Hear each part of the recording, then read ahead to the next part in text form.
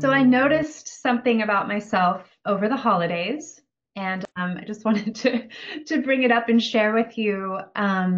So I had the intention to stay really grounded, and I made a bunch of candied pecans to give as Christmas gifts to all the members of my family. And this was very authentic to my homemade gift giving style and my values. And it felt really good.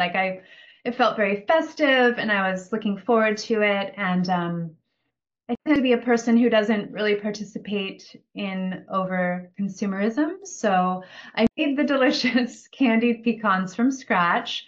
I bought them in bulk and I added the sugar and the cinnamon and the salt and I beat the egg whites and I mixed it all together and I baked them and divided them into jars and put a little bow on top for each family member. And I was calm and content with my gift giving idea and the entire process. Really, it was fun. And then, however, what happened a few days later is it was a few days before Christmas, and I was going to see my family all together. We were going to gather, and I started to second guess my gift, and I began to think that it wasn't going to be enough for my mom and dad.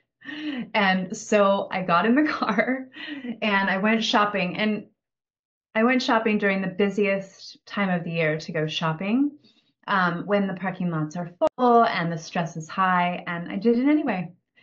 And after some trepidation, I ended up buying my dad another gift and my mom two other gifts because I wanted to make sure that I got them something else, to show that they are deserving of more of just a jar of candied pecans. But it didn't, it was like, okay. And then it dawned on me, and it didn't take long for me to realize what was happening. Um, and so I realized that I went back to my default setting. Oh, Yeah. yeah. And I understood that I had bought gifts so that I could feel good about myself. And because I was such a good daughter and I would receive the attention and the gratitude and the validation from my parents, I really realized that, the ego reference of wanting to appear as if I had it all together at Christmas and merrily showed up looking good and bearing an abundance of gifts. So that was definitely eye-opening. And I still, to this day, want to capture my parents' attention. And even though I'm 48 years old and I no longer need their approval, I wanted to prove that, I don't have a chip on my shoulder about the materialism of the holiday season. So, long story short, I wasn't able to stay true to my authentic self when it came time to celebrate the birth of Jesus. So I wanted to share that with you. And this experience made me think back to when we were in a coaching session together and started a discussion about indirect motivation. And I was wondering if you could go into detail here for our audience today, and also to refresh my memory about the difference between direct and indirect motivation. Well, Denise, thanks for sharing your story, which is like quite touching and a good example that you were on the right path, right? You were doing what you felt you had to do for direct motivation, but then at the last moment you feel like, oh my God, that need to get their approval came back. And I'm not sure if this is enough to get the approval. It's not so much about is this enough for them to receive. It's more indeed what you say. Do I feel good enough to actually, you know, get the sense that I would get their approval because they don't give it. It's just internal voice telling you, oh yeah, you do it well. But of course, it stems from when you were a kid, where you did get the approval or the smile or the hug. And later on, there would be nobody thinking that that approval would have to be real, but your whole body is sort of conditioned on feeling good about what you do because you would have their virtual approval. And you are scared that, like, oh my God, maybe they say the same thing as they always say to me, like, okay, you're not, you have a chip on your shoulder or whatever they say. What would they say to you in the first place? Like, you said something about materialism. I didn't quite get that. Well, and they probably would never say it, but I can still sense the energy is there that I didn't want them to think that I had a chip on my shoulder about the materialism Okay, yeah, yeah, I got it. the Yeah. holiday season, and so that I just went ahead and spent money on gifts anyway, even though I don't wouldn't normally do that. My authentic. Okay, yeah, yeah, you're thoughtful and you just want the world to be different, and that really doesn't accommodate with them, and they feel like you should be like them, right? And value the gifts for what they are, and they're not commercial things. And Christmas is like, the way it is, and we have always done it, so why should you not? Yeah, and ego references, that is uh, a habit that you pick up when you are young, and that, how can I say that, like, is about creating a habit or changing your behavior in such a way that you get your parents' approval, right? And that you get that feeling that you will feel good enough.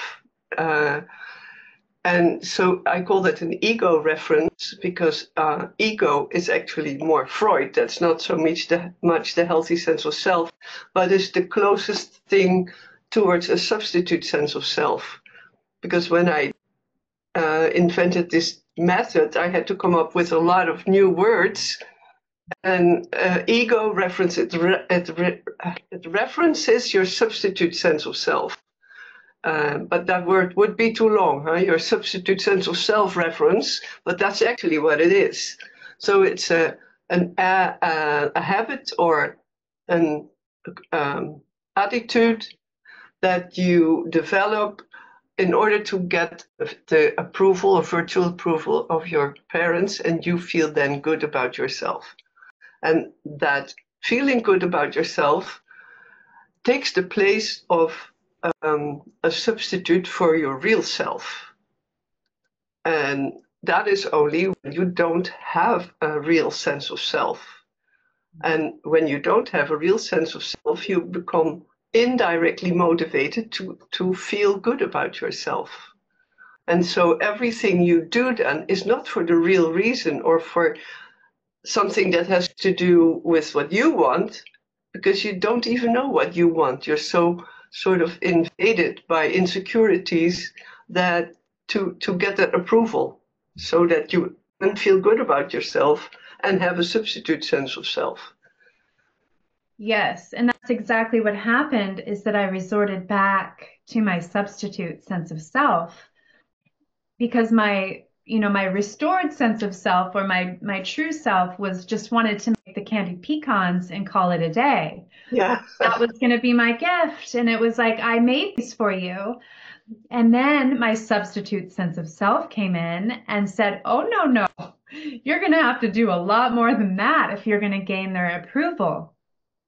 And not that I even need their approval. I'm 48 years old. Like, what? I don't need my parents' approval. I'm not, reliant on them for my survival. So, and I know they love me, they love me in their own way. And whether that's Own way, yeah. unconditional. Maybe that is also something. They love you in their own way. That's not always the way you need, right? Yes, and maybe it's not unconditional how I would like it to be, but I know, deep down that they really do. It's just they also have their own ego references and their own substitute sense of self to deal with. So, Yeah, absolutely. And absolutely. it really did. That substitute self came in, sensitive substitute sense of self came in and directed me to go shopping, get in the car on the busy day and go shopping, which I never would have done. Like, that's not authentic to me. So, yes, I was indirectly motivated to feel good about myself. And the point is, you're not aware of it because, like, before that we started the sessions, the coaching sessions. Well, you knew a little bit about the sense of self method, but most people don't because it's a pretty unique and original method. So you're not aware of having even a substitute sense of self or even lacking a sense of self, because we all say the word I a million times a day, but do we actually know what I is, right? And self. Because if you say, like, I do this for myself, okay, well, what is the self? Do you feel the self? Do you know for sure that it's really for you? Or do you have like somebody on the screen of your mind who directs your choices because you're dependent on their approval to feel good about yourself? And this feel good about self is not so much like, oh, look at me, I did that. No, actually, what it is the absence of the frantic need to get the approval. Feeling good about self is like, okay, I'm good for a while. I've done something. I lived up to the conditions that are in place, and that I know from being educated by my parents, and I fulfilled these conditions. Now I can just relax a little bit. That is what you think, but on the other hand, what happens immediately is, oh, I hope I can keep that. I need to keep that feel good about self. So you immediately get anxious. In my case, for example, I would not be able to sleep if I did something well. When I fulfilled the conditions and I feel good about myself, I would lie awake the whole night. I would be so, but I didn't know why, had no clue why. My insomnia was all based on the need to earn or to maintain a feel good about self because I had no sense of self. So I don't know if there are people who kind of relate to that, especially with sleeping problems. That is a big deal. That has prompted me to develop the method, because you can go to the doctor and they give you a sleeping pill, but that doesn't really shed a light on the reason why you don't sleep, right? So it was a whole lot of research and investigation, introspection that taught me in the end that, like, yeah, I'm so scared that I don't get that approval and feel good about myself, because if I don't have that, I have nothing. I have no self and no sense of self and no substitute sense of self. So I feel like an empty shell. So it's a really strong drive to survive, but in a very crooked way and unhealthy.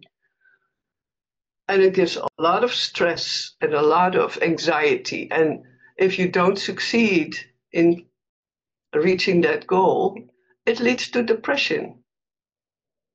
So there's a lot at stake. A lack of sense of self is an umbrella for a whole lot of ailments, physical or mental or emotional and psychological. So, yeah, it is important that we all develop a healthy sense of ourselves, and especially for those of us whose parents or caregivers did not allow us to develop that sense of self. It's a challenge, because you have to. How can you live in this world if you don't have your own psychological spine, right? So there's a lot to this. I can talk for hours over this about this.